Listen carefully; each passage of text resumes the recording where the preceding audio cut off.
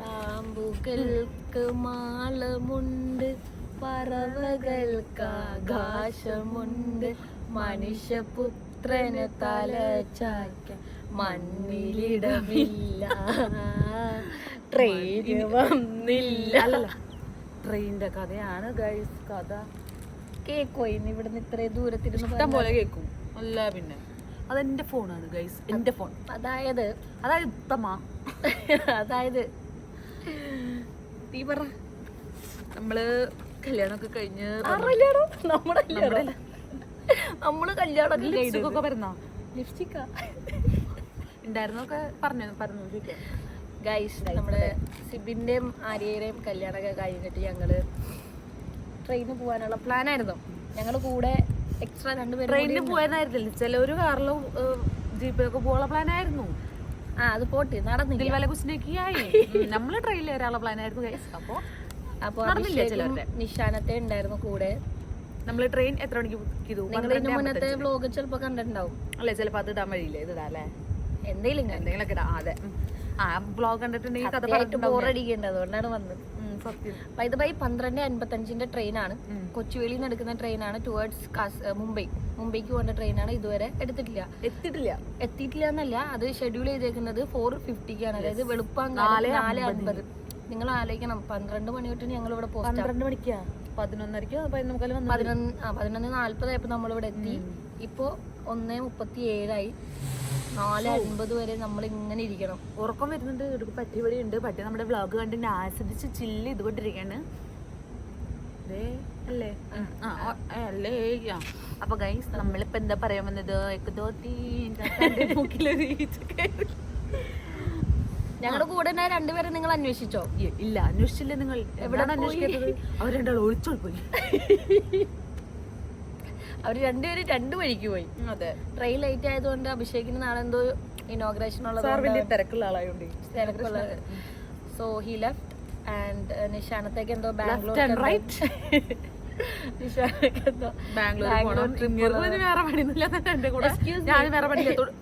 കോയമ്പത്തൂർ പോകാനുള്ളതാ. എനിക്ക് നാളെ പോണം, കോൺഫറൻസ് ഉണ്ട് എനിക്ക്. ഒറിജിനലായിട്ട് പറഞ്ഞാണോ? പിന്നല്ലാണ്ട് ഞാൻ അത് കഴിഞ്ഞിട്ട് എനിക്ക് ചെന്നൈ പോണം. എന്ത് ചെയ്യാനാ? അപ്പൊ ഞാൻ എന്റെ പാവം നന്ദൂട്ടി ഇവിടെ ഒറ്റയ്ക്ക് ആയതുകൊണ്ട് മാത്രാണ് ഞാന് അങ്ങനെ ആരും പക്ഷെ ഒഴിവാക്കിയതല്ല കേട്ടോ, അങ്ങനെ പറയാൻ പറഞ്ഞേ. ഇവിടെ പറയുന്നതൊക്കെ നിങ്ങൾക്ക് അറിയാലോ, തള്ളിന്റെ ആശാനാണ്.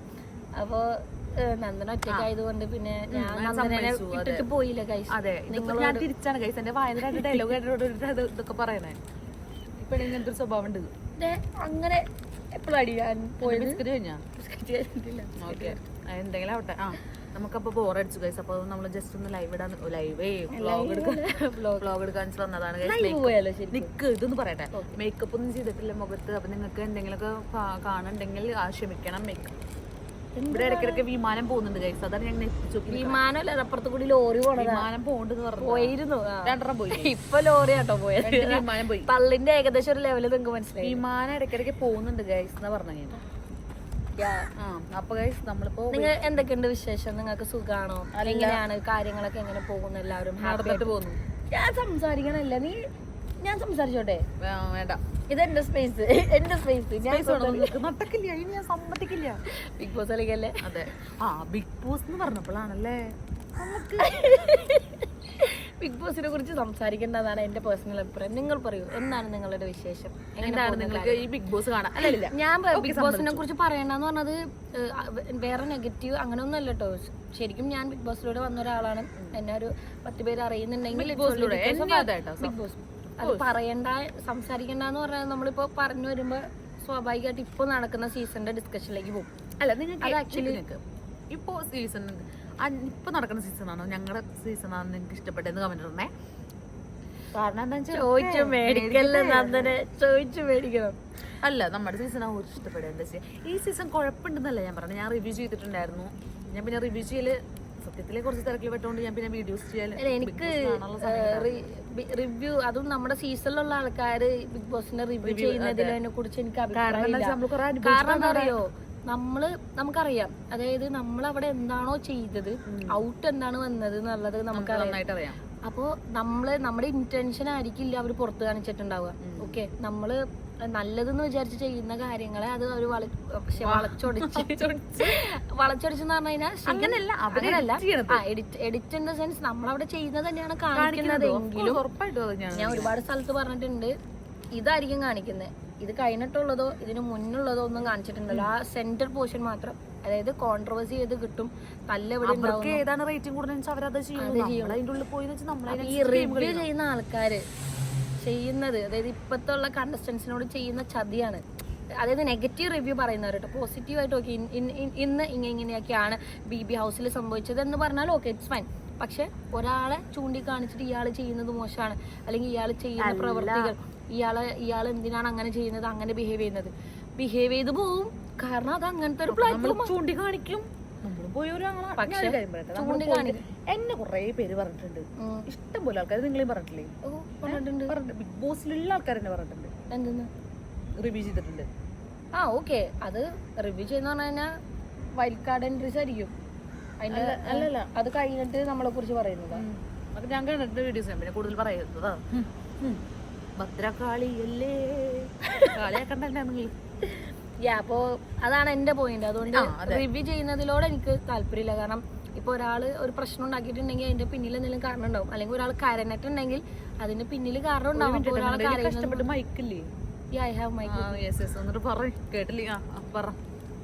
അപ്പൊ നമ്മള് ഇത് കിട്ടിയിട്ടുണ്ടോന്ന് ചെക്ക് ചെയ്യട്ടെ. കിട്ടും. അല്ല, അപ്പൊ അത്രേ ഉള്ളൂ. അതുകൊണ്ട് എനിക്ക് അങ്ങനെ റിവ്യൂ ചെയ്യുന്നതിനോട് താല്പര്യമില്ല. പിന്നെ നമ്മളിപ്പോ ഫോൺ തുറന്നു കഴിഞ്ഞാല് റീൽസ് കംപ്ലീറ്റ് ഇത് തന്നെയല്ലേ ബിഗ് ബോസ്. വേറൊരു കാര്യം, ഇപ്പൊ ഏഷ്യാനെറ്റിന്റെ പേജിലും നമ്മുടെ ഇപ്പൊ ഓരോ റീൽസ് കൊളാബ് ഇടുന്നുണ്ട്. ഇത് ട്രോൾസ് അവരെന്നെ ഉണ്ടാക്കിയിട്ടുണ്ട്. അതൊരു കൊളാബ് പോലും ഏഷ്യാനെറ്റ് തന്നിട്ടില്ലേ? എന്താ ചെയ്യാ നമ്മള്. അല്ല, പണ്ടത്തെ ഒരു മാറ്റേ, ഇപ്പത്തെ പിള്ളേരുടെ ഒരു ഫാഷനേ. ഇപ്പത്തെ പിള്ളേരുടെ ഫാഷൻ അല്ലേ? സത്യല്ലേ? പണ്ടത്തെ മാറ്റം മാറ്റം എന്ന് പറയുകയാണെങ്കിൽ ആ കാലത്ത് നമുക്കൊരു കൊളാബ് ഇടാണെങ്കിൽ ഉപകാരം ഉണ്ടായേനെ. ഒരു കൊല്ലം കഴിഞ്ഞു, നമ്മൾ വയസ്സായി, എന്താ ചെയ്യാ, പ്രായം. നിങ്ങൾ എങ്ങനെ ഇവിടെ സഹിക്കുന്നത് എനിക്ക് മനസ്സിലാവും. പ്രേക്ഷകർക്ക് എന്നെ ഭയങ്കര ഇഷ്ടമാണ് അല്ലേ മക്കളെ? അപ്പൊ നമ്മള് ബിഗ് ബോസ്, നിങ്ങൾക്ക് ഈ സീസണിലെ ഏറ്റവും കൂടുതൽ ഇഷ്ടപ്പെട്ട ആരാണ്, ഇഷ്ടപ്പെടാത്തത് ആരാണെന്ന് കമന്റ് ഇടുന്നേട്ടാ അല്ലേ? നിങ്ങൾക്ക് ആരും ഇഷ്ടം? നിങ്ങൾ ജെന്യൂൻ ആയിട്ട് പറയാം, നിങ്ങൾ കാണാറൊക്കെ ഉണ്ട് ബിഗ് ബോസ്? സമയമുള്ള, അതായത് ഈ റീൽസ് ഇങ്ങനെ കാണുമ്പോ ഇന്നിപ്പോ ഞാൻ കാണുന്നത് ഇപ്പൊ ആദില നൂറയ്ക്ക് എന്തോ ടാസ്ക്, അപ്പൊ രേണുസുതിയൊക്കെ ഇരുന്ന് കരയുന്നു, റെനയൊക്കെ ഇരുന്ന് കരയും. അപ്പൊ ഞാൻ അയ്യോ അവർക്ക് എന്തെങ്കിലും സംഭവിച്ചു, അല്ലെങ്കിൽ അവരെ പിരിക്കുകയാണ്, എനിക്ക് മനസ്സിലായില്ല. അപ്പൊ അതുകൊണ്ട് ഇരുന്ന് കണ്ടു. അപ്പൊ അങ്ങനെ നമ്മള് ഒരു എക്സൈറ്റ്മെന്റ് തരുന്നുണ്ട്. അപ്പൊ അതുകൊണ്ട് നമ്മളിങ്ങനെ ഇടയ്ക്കിടയ്ക്ക് കാണും. പിന്നെ എനിക്കും പേഴ്സണൽ ഓക്കെ ഇന്ന ആള് കൊള്ളാം, ഇയാളെന്താ ഇങ്ങനെ, അത് അങ്ങനത്തെ തോട്ടും കാര്യങ്ങളൊക്കെ ഉണ്ട്. പക്ഷെ അങ്ങനെ ഞാൻ പറഞ്ഞാൽ പോലും ഇപ്പൊ ഞങ്ങൾ ഡിസ്കസ് ചെയ്തു അതിനെക്കുറിച്ച്. ഇപ്പൊ ഒരാളെ കുറിച്ച് ഞങ്ങൾ ഇയാളെന്തായാലും ഇങ്ങനെ ബിഹേവ് ചെയ്യുന്നത് എന്ന് സംസാരിച്ചിട്ടുണ്ടെങ്കിലും അതിന്റെ പിന്നിൽ ചിലപ്പോൾ നമ്മൾ ആലോചിക്കുമ്പോൾ ശരിയാ, ഇപ്പൊ ഈവൻ എന്റെ ഭാഗത്തുനിന്നും കുറെ ദേഷ്യം എല്ലാം ഒന്നുമല്ല. പിന്നെ മുട്ടയുടെ അത് നമ്മുടെ പ്രഷറാണ്.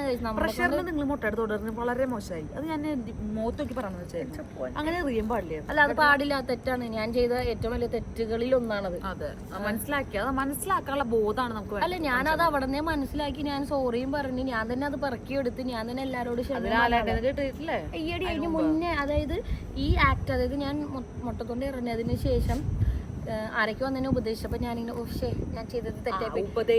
എല്ലായിടോ ടൈം എടുക്കും. ഞാൻ എന്ത് പ്രഷറിലാണ് ചെയ്തതെന്ന് നിനക്കറിയോ?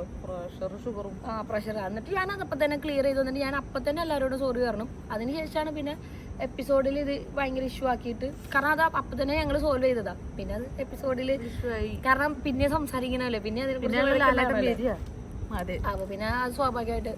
അപ്പൊ ഇതൊക്കെ നമുക്ക് എനിക്കറിയാം, എനിക്ക് ഇഷ്ടമുള്ളത് നോർമേ അങ്ങനെ പറയണോ? അത് അല്ല, പറ, നിങ്ങൾ ഇഷ്ടത്തിന് പറഞ്ഞു. ഞാൻ എന്റെ ഒരാളെ പറയാം, എന്റെ രണ്ടാളെ പറയാം. ഇഷ്ടമില്ലാത്ത അല്ല, എനിക്ക് എന്താ പറയാ, കണ്ടതിൽ വെച്ചിട്ട് ഇഷ്ടമുള്ള ആളെ പറയാം. ഇഷ്ടമില്ലാത്തൊന്നും പറയണ്ട, ഇഷ്ടമുള്ള ആളെ പറയാം. ഇഷ്ടമുള്ള ആൾക്കാര് നെവിനെ എനിക്ക് ഇഷ്ടമാണ്. നെവിൻ നമുക്ക് പിന്നെ എനിക്ക് പേഴ്സണലി അറിയാം നെവിനെ. അവൻ ഭയങ്കര എന്റർടൈനിങ് ആണ്. പിന്നെ ആദില നൂറനെ ഇഷ്ടമാണ്. ഇഷ്ടമുള്ളവരെ പറയാനല്ലേ നീ പറഞ്ഞു? ഞാൻ ഇഷ്ടമുള്ള ആൾക്കാരെ പറയാം. ആദില നൂറ അവരെ പോകുന്നതിന് മുന്നേ ഞാൻ മീറ്റ് പിന്നെ എനിക്ക് അനുമോളിനെ ഇഷ്ടമാണ്. നിങ്ങളോട് ചോദിക്കണം അതിൽ കളിക്കണം നന്നായിട്ട്. ജിസേലിനെ ഇഷ്ടമാണ്. അവര് നന്നായി കളിക്കണതാരാണ്? നന്നായിട്ട് കളിക്കുന്നത് ആരാണെന്നൊക്കെ ചോദിച്ചു കഴിഞ്ഞാൽ ഞാൻ പറഞ്ഞില്ല, ഞാൻ ഫുള്ളിരുന്ന് കാണാറില്ല. എന്നാലും ഇപ്പൊ കളി കണ്ടേലും നന്നായിട്ട് കളിക്കുന്ന ഇന്റർവ്യൂ അത് ആരായിട്ട് നന്നായിട്ട് കളിക്കുന്നതൊക്കെ തോന്നണത് എനിക്ക്. ഞാനിന്നിപ്പോൾ അതിനെക്കുറിച്ച് പറഞ്ഞു കഴിഞ്ഞാൽ എൻ്റെ ചിലപ്പോൾ നീയൊക്കെ അതിൻ്റെ അകത്ത് എന്താ കാണിച്ചിട്ട് ഞങ്ങൾക്കറിയാം നമ്മളെ കമന്റ് വരും. അതുകൊണ്ട് എനിക്ക് പറയാൻ കാട്ടിക്കൂട്ടലൊക്കെ അടുത്ത സീസണിൽ ആൾക്കാർ കാട്ടിക്കൂട്ടുന്നല്ലോ. അല്ല എന്തറിയോ, എനിക്ക് ചില സമയങ്ങളിൽ ഓരോരുത്തർ അവരുടെ ബിഹേവിയർ കാണുമ്പോൾ ഭയങ്കര കച്ചറ സാധനം ഫീൽ ചെയ്യാറുണ്ട്. അപ്പൊ അതുകൊണ്ട് എനിക്ക് അങ്ങനെ അതെനിക്ക് അക്സെപ്റ്റ് ചെയ്യാൻ പറ്റുന്നില്ല. ഗെയിം കളിക്കുന്നതെന്ന് തോന്നിയിട്ടില്ല. ജിസയിൽ നന്നായി കളിക്കാൻ അന്വേഷിച്ചു. അവര് എന്താണ് ജിസയിലിന്റെ പ്രത്യേകത? തെറ്റ് ഇല്ലില്ല പറഞ്ഞേക്ക്. ജിസയില് റൂള് തെറ്റിച്ചെങ്കിലും ആള് പക്ഷെ പറയേണ്ട കാര്യങ്ങൾ കറക്റ്റ് പറയുന്നുണ്ട്. ഗെയിംസ് ആയാലും നന്നായി. അനീഷ് നല്ല മൈൻഡ് ഗെയിമാണ്, നന്നായിട്ട് പ്രിപ്പയർ ഫുള്ള്. നമ്മുടെ സീസൺ നമ്മള് ജിൻഡോന്നായിരുന്നു പറയുന്നത്.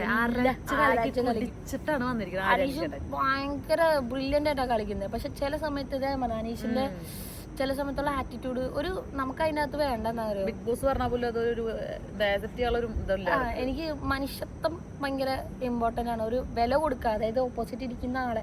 ഇതാ ഞാൻ പറഞ്ഞത്. ഇനിയിപ്പോ അതിന്റെ അത് അഗേൻസ്റ്റ് ആയിട്ട് എനിക്ക് ചിലപ്പോ ഇപ്പൊ കുറെ കമന്റ്സ് വരും. പക്ഷെ അത് നിങ്ങൾക്ക് ശരിക്കും ആ വ്യക്തി അറിയാത്തത് കൊണ്ടാണ്. അല്ലെങ്കിൽ അതിനുള്ളിൽ സംഭവിച്ചത് പോയാൽ മനസ്സിലാവും. കുറെ പേര് ചോദിക്കുന്നത് സ്ക്രിപ്റ്റഡ് ആണ്, സ്ക്രിപ്റ്റഡ്. നമ്മൾ അതിന്റെ ഉള്ളിൽ കയറി ഒരു വസ്തു കാണില്ല. സ്ക്രിപ്റ്റഡ് ആണെങ്കിൽ നമ്മളെ തന്നെ നെഗറ്റീവ് ആക്കാനോ അല്ലെങ്കിൽ നമ്മളെ താഴ്ത്തി കെട്ടാനോ നമ്മൾ ശ്രമിക്കൂ. അത് ചിന്തിച്ചാൽ മതി.